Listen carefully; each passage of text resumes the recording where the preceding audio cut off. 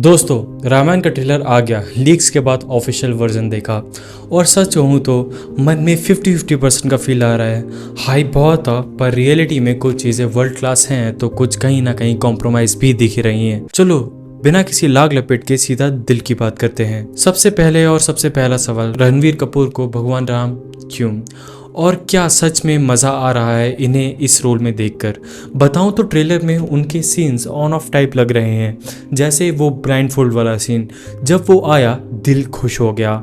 वो है असली इंडियन सिनेमा वर्जन, जिसके आगे अंग्रेज भी अपनी नज़र नीचे कर लेंगे। लेकिन जैसे ही पट्टी हटी है, उनकी आंखों में जो डिवाइन कामनेस होनी चाहिए वो थोड़ी सी मिसिंग लगती है। वो भगवान से इंसान बनना शुरू हो जाते हैं। मैं तो ये भी कहूँगा कि कई बार जो एआई की डिवाइन पोस्टर्स रणवीर कपूर को एज भगवान राम दिखाते हैं वो काफ़ी ज़्यादा बेटर दिखाते हैं। पर ये मत समझो कि मैं हेट कर रहा हूँ, उनमें टैलेंट है, पर नीतीश कुमार को अपनी एक्टिंग पर डीप काम करना होगा।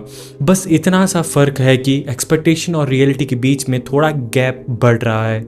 अब दूसरी तरफ देखो यश भाई, वो रावण बनने के लिए पैदा हुआ है।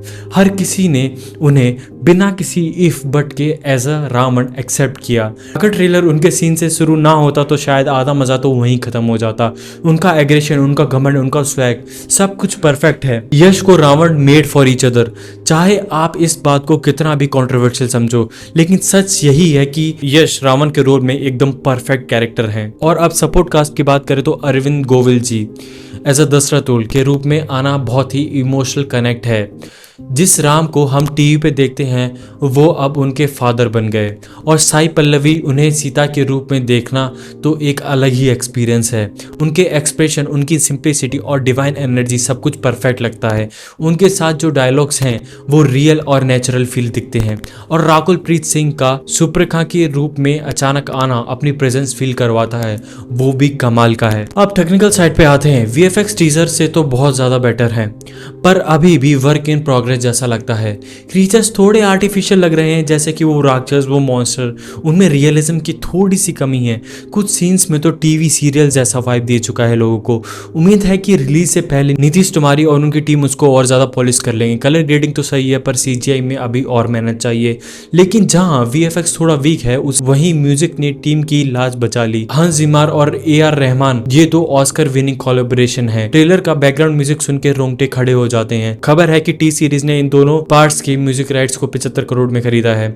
सुनकर तो ये प्राइस डिस्काउंटेड जैसा लग रहा है। माना कि लिरिक्स डॉक्टर कुमार विश्वास ने लिखी है, पर उस चीज का भी पता चले, मगर overall audio experience top notch तो है। अब मेरी सबसे बड़ी टेंशन, अगर पार्ट 1 में राम हैवी है तो वहां पे भी यश ही डोमिनेट कर रहे हैं, तो सोचिए पार्ट 2 में क्या ही होगा।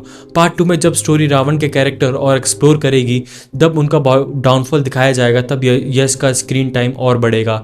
तो सवाल यह है कि क्या रणवीर को हरा पाएंगे, क्योंकि स्टोरी में रावण हारता है, पर स्क्रीन प्रेजेंस में कहीं ना कहीं मुझे लग रहा है कि रणवीर को काफी ज्यादा स्ट्रगल करना पड़ेगा। बाकी फिल्म मेकर का अप्रोच सही है। उन्होंने रामायण की हिस्ट्री और उनके इमोशंस को रिस्पेक्ट किया है। कोई चड्डी छाप चीप कॉपी नहीं है। डिटेलिंग स्ट्रॉन्ग है। कॉस्ट्यूम से लेकर ज्वेलरी तक, आर्किटेक्चर तक, सब कुछ इंडियन एस्थेटिक से बेस्ड है। कोई अजीबोगरीब जैकेट नहीं है, कोई स्ट्रेंज हेयरकट नहीं है। एकदम से वो पुरानी कहानी की याद दिलाते हैं। हालांकि फिल्म के अंदर बहुत सारे कैरेक्टर्स हैं जो कि अभी हाफ लग रहे हैं, लेकिन मुझे ऐसा लगता है कि वो रिलीज के वक्त पूरे हो चुके होंगे। मेरा मानना है कि इंडियन सिनेमा का नया जन्म हो चुका है। 4 बजे सुबह उठ के नई जनरेशन ट्रेलर देख रही है। कुछ तो अच्छा किया टीम ने। गालियां देने में लोग आगे हैं तो क्रेडिट देने में कंजूसी क्यों? पर साथ ही ये भी सच है कि वीएफएक्स और रणवीर के डिवाइन फैक्टर में मेहनत चाहिए।